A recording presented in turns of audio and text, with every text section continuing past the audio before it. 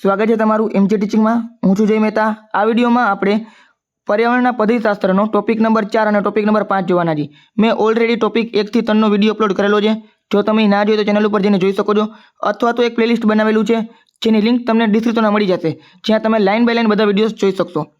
અને તમને ખબર જ છે કે જો તમારે પીડીએફ જોતી હોય તો એક નાનો એવો ટાર્ગેટ પૂરો કરવો પડશે, બરાબર। આની પહેલાંના વિડીયોમાં લગભગ ટાર્ગેટ પૂરો થવા ઉપર જ છે। કમેન્ટ, શેર અને લાઇક આ 3 વસ્તુ તમારે કરવાની રહેશે। 150 લાઇક, પછી 15 કમેન્ટ અને 10 શેર। તમારામાંથી કોઈ પણ 10 વ્યક્તિ શેર કરી નાખશે અને 15 કમેન્ટ કરી નાખશે એટલે એ 2 ટાર્ગેટ પૂરા થઈ જશે। બાકી 150 લોકોએ લાઇક કરવું પડશે। અત્યારે જ્યારે હું વિડીયો બનાવું છું ત્યાં સુધીમાં આની પહેલાંના વિડીયોમાં ઓલરેડી 1 થી 140 લાઇક થઈ ગઈ છે, એટલે 10 લાઇક પછી ઓટોમેટિક ટેલિગ્રામ ચેનલમાં એ પીડીએફ અપલોડ થઈ જશે, બરાબર। આમાં પણ એવી જ રીતના છે, ફટાફટ તમે લાઇક કરી નાખો એટલે તમને તરત જ ટેલિગ્રામ ચેનલ પીડીએફ મળી જાય। અને ટેલિગ્રામ ચેનલ પણ જોઈન કરી લેજો, બરાબર, જ્યાં તમને બાકીની બધી પીડીએફ ઓલરેડી અપલોડ કરેલી છે, તમે ડાઉનલોડ કરી શકો છો અને પ્રિન્ટ પણ કાઢી શકો છો। તો શરૂ કરીએ આપણે ટોપિક નંબર 4, અધ્યયનના સિદ્ધાંતો, લર્નિંગ પ્રિન્સિપલ્સ। ઈવીએસના પદ્ધતિશાસ્ત્ર ચોક્કસ અધ્યયન સિદ્ધાંતો પર આધારિત છે, જેમાં એનસીએફ 2005 બીએડ અને ડીએલએડના અભ્યાસક્રમનો કેન્દ્ર સ્થાને છે। હવે રચનાવાદ, જ્ઞાન રચનાવાદ, બરાબર, આ ઈવીએસ શિક્ષણનો પાયો છે। એનસીએફ 2005ના સિદ્ધાંત પર આધારિત છે। અર્થ શું છે? જ્ઞાન રચનાવાદ માને છે કે બાળકો જ્ઞાનના નિષ્ક્રિય પ્રાપ્ત કરતા નથી, ખાલી સ્લેટ નથી। તેઓ તેમના પૂર્વજ્ઞાન અને નવા અનુભવો વચ્ચેની આંતરક્રિયા દ્વારા જ્ઞાનનું સક્રિય રીતે નિર્માણ એટલે કે કન્સ્ટ્રક્ટ કરી શકે છે। તો આ વસ્તુ તો આની પહેલાં કેટલી વાર આવી ગઈ છે, બરાબર છે। આ ચવાયેલી વસ્તુ છે, તમને આવડતી જશે। શિક્ષકની ભૂમિકા શું છે આ પણ તમને ખબર જ છે। એ જ્ઞાનદાતા નથી પરંતુ સહાયક છે, જેને ફેસિલિટેટર કહેવામાં આવે છે, બરાબર। તો એ પોતે જાતે જ્ઞાનનું સર્જન કરી શકશે, કોણ? બાળક। અનુભવજન્ય શિક્ષણ, એક્સપેરિમેન્ટલ લર્નિંગ, જ્ઞાન રચનાવાદ કરીને શીખવું, લર્નિંગ બાય ડુઈંગ પર ભાર મૂકે છે। પ્રવૃત્તિઓ ટોપિક 7 અને પ્રયોગો ટોપિક 8 આ સિદ્ધાંત પર આધારિત છે। તે એક વસ્તુ યાદ રાખજો, ટોપિક 7 અને 8 જે આગળ આવશે એ આ સિદ્ધાંત ઉપર તમારો આધારિત છે। વાઇગોસ્કીનો સામાજિક સાંસ્કૃતિક સિદ્ધાંત, બરાબર, સોશિયો કલ્ચરલ થિયરી, આ સિદ્ધાંત જણાવે છે કે બાળક સામાજિક આંતરક્રિયા દ્વારા વધુ સારી રીતે શીખે છે। ઈવીએસમાં જૂથ પ્રવૃત્તિઓ અને ચર્ચાઓનું મહત્વ પર આધારિત અધ્યયનના સરળ સૂત્રો, ઈવીએસમાં સંકલ્પનાઓ રજૂ કરવા માટે આ સૂત્રોનો ઉપયોગ થાય છે। આમાં તો 4 અલગ અલગ વસ્તુ આપેલી છે, જેમાં છે મૂર્તથી અમૂર્ત, જ્ઞાતથી અજ્ઞાત, સરળથી જટિલ અને સ્થાનિકથી વૈશ્વિક। આ તમે આની પહેલાં સમજી ગયા હશો, બરાબર। છેલ્લા 2 છે તમારા માટે નવા છે, બાકી આ 2 વસ્તુ આની પહેલાં આવી જ ગઈ છે। કોન્ક્રીટ ટુ એબ્સ્ટ્રેક્ટ, બાળકો પહેલાં વાસ્તવિક સ્પર્શ કરી શકાય તેવી જે મૂર્ત વસ્તુ હોય તેને સમજે છે, ત્યારબાદ તે અમૂર્ત વસ્તુઓ જેમ કે જળચક્ર, ઘનીકરણ આ વસ્તુ સમજે છે। જ્ઞાતથી અજ્ઞાત, નોન ટુ અનનોન, હંમેશા બાળક પૂર્વ જ્ઞાન જે જાણે છે તે, દાખલા તરીકે તેનું ઘર, ત્યાંથી શરૂ કરી નવું જ્ઞાન, તે જે જાણતું નથી વિશ્વના વિવિધ ખરો તરફ જવું, બરાબર। એટલે જે બાળક જે જાણે છે ત્યાંથી જે નથી જાણતું ત્યાં સુધી તેને લઈ જવું જોઈએ। સરળથી જટિલ, સિમ્પલ ટુ કોમ્પ્લેક્સ, પહેલાં સરળ ખ્યાલો, છોડના ભાગો અને પછી જટિલ ખ્યાલો, પ્રકાશ સંશ્લેષણ આ રીતના શીખવવું જોઈએ। સ્થાનિકથી વૈશ્વિક, બાળકના તાત્કાલિક સ્થાનિક પર્યાવરણ, ગામનું તળાવથી શરૂ કરી અને વૈશ્વિક પર્યાવરણ મહાસાગરો સુધી જવું જોઈએ। હવે જો અન્ય સિદ્ધાંત બીએડના સંદર્ભમાં તમને આ વસ્તુ આપેલી છે। જો પીટીસી વાળાને જનરલી આ વસ્તુ ન પણ પૂછાય, પણ બીએડ વાળાને પૂછાઈ શકે છે। થોર્નડાઇકનો પ્રયત્ન અને ભૂલનો સિદ્ધાંત અને અસરનો નિયમ, લો ઓફ ઇફેક્ટ, પાવલોવનું શાસ્ત્રીય અભિસંધાન અને સ્કિનરનું કારક અભિસંધાન પણ બાળકના અધ્યયન પર અસર કરે છે। આ તમારે ખાલી યાદ રાખવાના છે। હવે પરીક્ષાલક્ષી એમસીક્યુ છે, અમુક ટ્રિકી છે અને અમુક પીવાયક્યુ તમને આપેલા છે। પહેલો ક્વેશ્ચન, ધોરણ 4ના વિદ્યાર્થીઓને જળચક્ર વોટર સાયકલનો અમૂર્ત ખ્યાલ શીખવા માટે અધ્યયનના સિદ્ધાંતોને મુજબ શિક્ષકે પ્રથમ પગલું કયું લેવું જોઈએ? પેલું, બ્લેકબોર્ડ પર જળચક્રનું આકૃતિ દોરી તેની વ્યાખ્યા લખવી। બીજું છે વિદ્યાર્થીઓને ભીના કપડાં સુકાતા ગરમ ચામાંથી વરાળ નીકળતી અને ઠંડા ગ્લાસ પર પાણીના ટીપા બાંધતા જેવા મૂર્ત ઉદાહરણોનું અવલોકન કરવા કહેવું। તો ઓપ્શન નંબર બી આવી જતો હશે, બરાબર। સાઉથ ઓપ્શન નંબર બી, કારણ કે નાના બાળકો જે મૂર્ત વસ્તુ સૌથી પહેલાં શીખતા હોય છે। એના પછીનો, એક શિક્ષક ઈવીએસ વર્ગમાં હંમેશા પ્રવૃત્તિઓ અને પ્રોજેક્ટ જૂથમાં કરાવે છે, તે કયા મનોવૈજ્ઞાનિકના સિદ્ધાંત પર ભાર મૂકે છે? તો જૂથ પ્રવૃત્તિ છે એ તમને ખબર છે. વાઇગોસ્કીનો જે સામાજિક આંતરક્રિયા સિદ્ધાંત છે એના ઉપર ભાર મૂકે છે. તો હવે યાદ રાખજો, આ બધા વિશે તમને આની પહેલાં ક્યાંક ને ક્યાંક આવી ગયું છે. સિંગલ ક્વેશ્ચનમાં તમને કન્ફ્યુઝ કરશે, બાકી તમને અત્યારે આવડી જશે. આ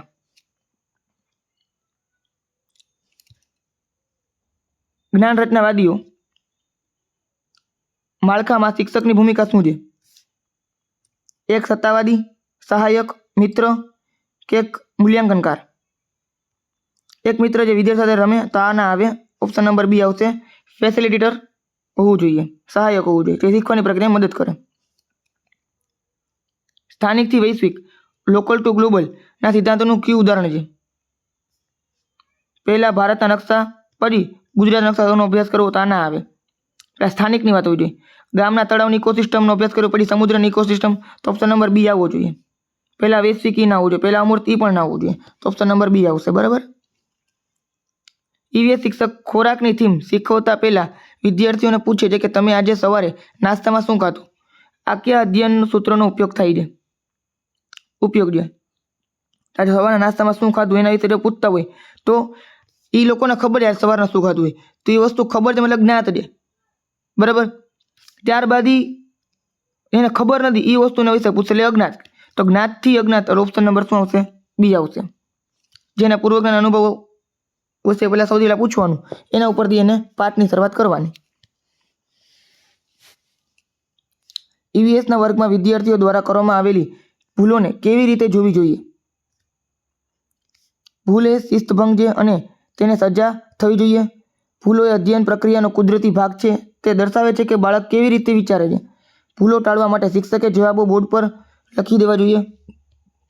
ભૂલોને અવગણના કરવી જોઈએ, તો ઓપ્શન નંબર ડી તો ના આવે. ઓપ્શન નંબર બી એકદમ સાચો છે કે કુદરતી ભાગ છે પ્રક્રિયાનો. બરાબર.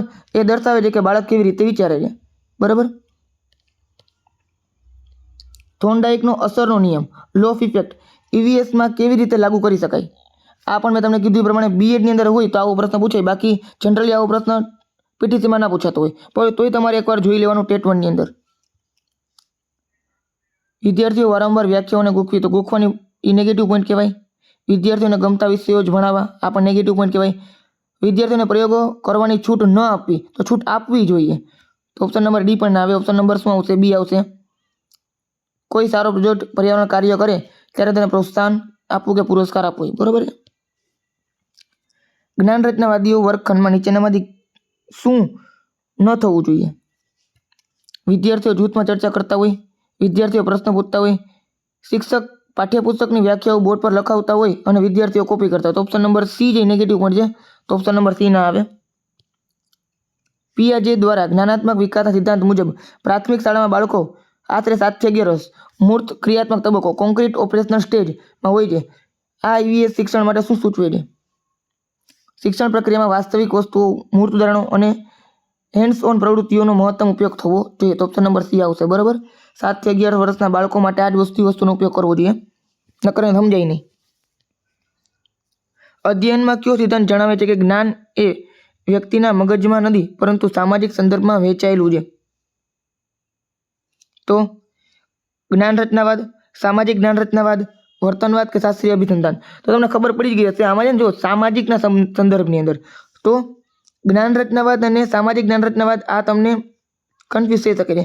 તમને જનરલ પૂછ્યું હોત તો આપણે ઓપ્શન નંબર આવત, પણ જે લેવ વાઇગોસ્કીનો તમને આપેલો છે સોશિયલ કન્સ્ટ્રક્ટિવિઝમ, બરાબર, સામાજિક જ્ઞાન રચનાવાદ, તો એ ઓપ્શન નંબર બી એકદમ સાચો છે. ચલો હવે ટોપિક નંબર 5. જો થોડોક મારો છે ને અવાજ બેસી ગયો છે, બરાબર, તમને લાગતું જશે મારો અવાજ અને બોલવામાં થોડીક તકલીફ પડે છે, એટલે થોડુંક ચલાવી લેજો. બરાબર. થોડુંક જીભ લપસી જાય અથવા તો ના ફાવતું હોય તમને, એટલે થોડુંક ધીમે પણ બોલું છું. સ્પીડ ધીમી લાગે થોડુંક સ્પીડમાં કરી નાખજો.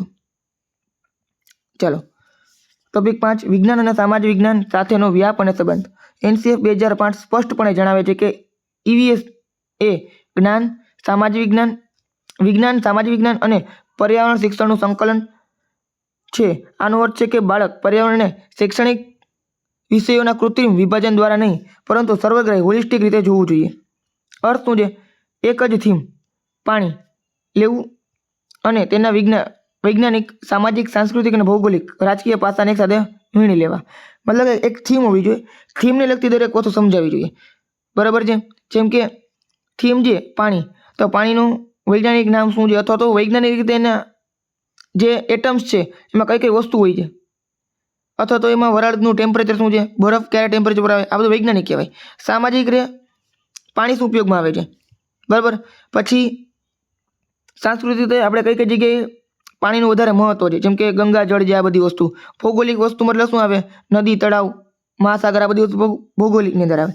રાજકીય ભાષાનો મતલબ શું કે કયા કયા દેશની અંદર અલગ અલગ નદી વહે છે, બરાબર, એની સાથે થતા વિવાદ જે હાલતા હોય એ તમારે સમજાવવાના. જેમ કે ભારત અને પાકિસ્તાનમાં અલગ અલગ જે નદી વહે છે એમાં પાણી વચ્ચે ડિસ્પ્યુટ કાંઈક, બરાબર છે, એનો મતલબ વિવાદ છે કાંઈક, તો એ બધી વસ્તુ એ તમારે સમજાવવાનું. તો એક વસ્તુ ઉપર તમે ઘણી બધી વસ્તુ સમજાવી શકો છો. ઉદાહરણ શું છે, થીમ ખોરાક, વિજ્ઞાનનું પાસું, કાર્બોહાઈડ્રેટ, પ્રોટીન, સંતુલિત આહાર, પાચન ક્રિયા, છોડ કેવી રીતે ખોરાક બનાવે છે, પ્રકાશ સંશ્લેષણની સરળ પરિચય, ખોરાકની સાચવણી પદ્ધતિઓ, સૂકવવું, અથાણું બનાવવું, આ બધી વસ્તુ. સામાજિક વિજ્ઞાનનું પાસું શું છે, ખેડૂતો અને ખેતીના પ્રકાર, ખોરાકનો બગાડ, વિવિધ પ્રદેશોની ખાણીપીણી, ભૂખમરો, ગરીબી, કોણે ઉગાડ્યું, આ બધી વસ્તુ. તો તમે સમજી ગયા આમાં શું કહેવા માંગે છે. પાણી છે તે તો તમે સમજાવી દીધું મેં તમને શું આવે છે. પાણીની અંદર તમને ખબર જળચક્ર આવતું હોય, પાણીમાં ઉગડતી વસ્તુ, કઈ વસ્તુ ન ઉગડે, પાણીજન્ય રોગો, જો આ વસ્તુ મેં તમને નહોતી કીધી, આ પણ આવશે. કોલેરા, ટાઇફોઇડ, પાણી શુદ્ધિકરણ કેવી રીતના થાય, સામાજિક પાસું એની અછત ક્યાં હોય, સંરક્ષણ કેવી રીતના કરવું, હાર્વેસ્ટિંગ, સામાજિક ઝઘડા મેં તમને કીધું હમણાં, બરાબર, કે અલગ અલગ દેશો વચ્ચે સામાજિક ઝઘડા હાલતા હોય પાણીને લીધે. ડેમ બાંધવાથી થતું વિસ્થાપન, સામાજિક પ્રશ્નો, પાણીનો અધિકાર, આ બધી વસ્તુ આવશે. પછી ઉદાહરણ આવાસ છે, શેલ્ટર છે, બરાબર.